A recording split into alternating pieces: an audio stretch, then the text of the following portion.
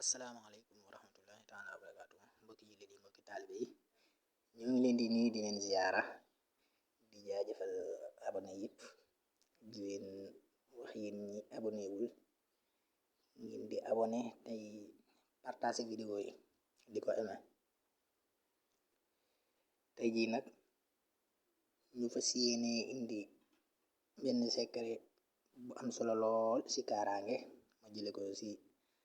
benn mag mu baax baax ci mag mi ma ko jële nag xam ni maam la ci man. mi ngi ko jële ci baayam te baayam moomu kat maanaam ci misaal daal mag mi ka moom secret bi ci maamam lu jóge direct te maamam fekk na fi jamonoy Sëriñ Tuubaa nekkoon boroom xam-xam bu mag lool te amoon kaaraange ba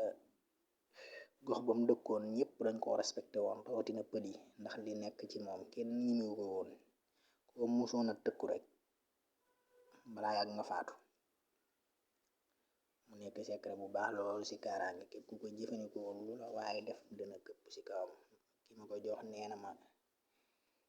maanaam amul bu mu gën a wóolu budul bii ngi xeex ci lay xeexe lu ko waaye man di def wala nga tëkku moom lay def pare si loo ko def mu delluwaat ci yow. mu ko bindaloon nag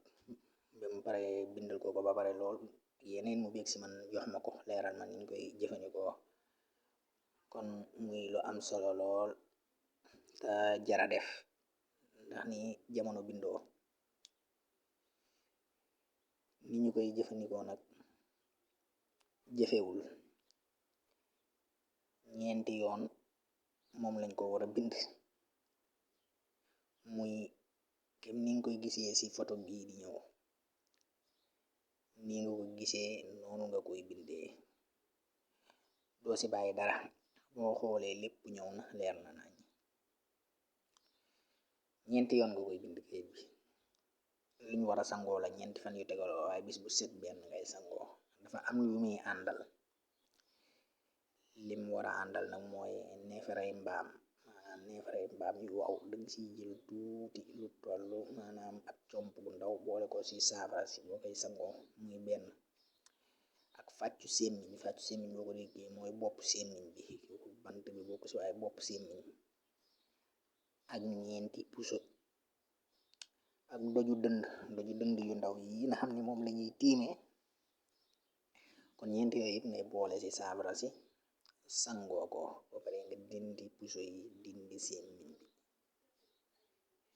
doju dënd bi nga dindi ko. boo ko defee tey bu ëllëgee nga wuutaat jëlaat benn def saafara ba tey defaat ci neefare mbaam ak fàccu sémmiñ kat puso ak doju dënd def ko comme noonu ba ñeenti fan yi mat. bis boo ko defee bépp liggéey bu mu fekk ci yow dana ko delloo ci kam jóge woon xam ni delloo yeene la. waaye képp ku la tëkku ba jéema jug ci liggéey tëddal nelaw na sa xel dal te xam ni lu mu def dana ko rëccu ci sansé.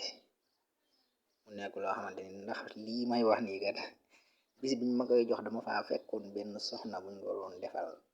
te soxna soosu it maanaam ka ko doon jéema tëkkook yépp maanaam kaso la mujjee. mu nekk mbir moo xamante ni lu yéeme la kon fii lañuy yam ak yéen di leen jox dig dajee ba beneen.